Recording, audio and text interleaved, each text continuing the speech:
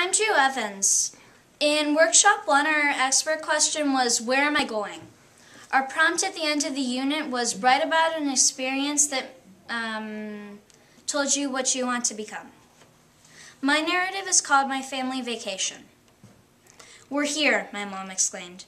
Her statement jolted me out of my glazed stare like so many bolts of lightning from the blue and cloudless sky. I snapped up from my book, which had begun to blur to the point where I had to read the same line 5 times and still did not know what it said. We had been driving for hours and I was still unable to sleep for the smallest moment.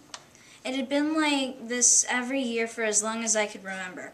I always had fun, but the long drives always won the battle against my fatigued brain at the beginning of every trip my family took. Now I was wide awake. I opened my car door and the fresh air hit me like a piano from the 50th story window after the stifling tomb of the car. I rushed out onto the firm sidewalk. The crisp summer climate yielded no signs of a drop of precipitation within the next century.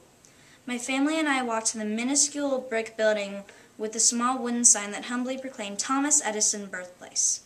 The next hour, rather than passing like the excited blur that I had expected, seemed to take forever. The tour guide showed us beds, chairs, and even a few unlabeled vials from Edison's chemistry collection, but it wasn't what I had expected. A few days later, we were once more in the car. My sister Caitlin was showing signs of an upcoming faint of exhilaration. I was about to faint from boredom. As we neared the Vermont teddy bear factory, Mom smiled and said the same thing as before. We're here, but this time she sounded excited. Caitlin had a happy squeak. I stayed silent to be polite. As we flew through the brightly colored doors, Caitlin was flying. I was tied like a rock to her leg, jolting along as she pulled me behind her. We got our first look at the inside of the blinding building. There were very nice bears stuffed with lifelike clothes everywhere. My dad walked up to the desk and asked the man sitting there, where do we go for the next tour? The man handed him 4 buttons and answered, wait over there for the guide. When he came, he showed us how the workers used sewing machines and metal rods to assemble the bears by hand. The tour was very funny. I laughed as the worker dropped a completed piece into the barracks. The tour guide had us bear right to the exit. On the final day, we saw Niagara Falls.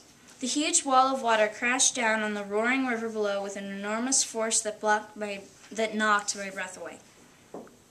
It was awe-inspiring to know that this vast formation had steadily been eroding its path up the river since the commencement of time and would not stop until it reached the ocean or conclusion of our world. My mind meandered back to the moments that my family had spent together this week. I recollected how I liked my sister's chosen location better than mine. Right there on that ledge over the deafening falls, I resolved to have an open mind and heart to the experiences that I knew would come and do this with a smile.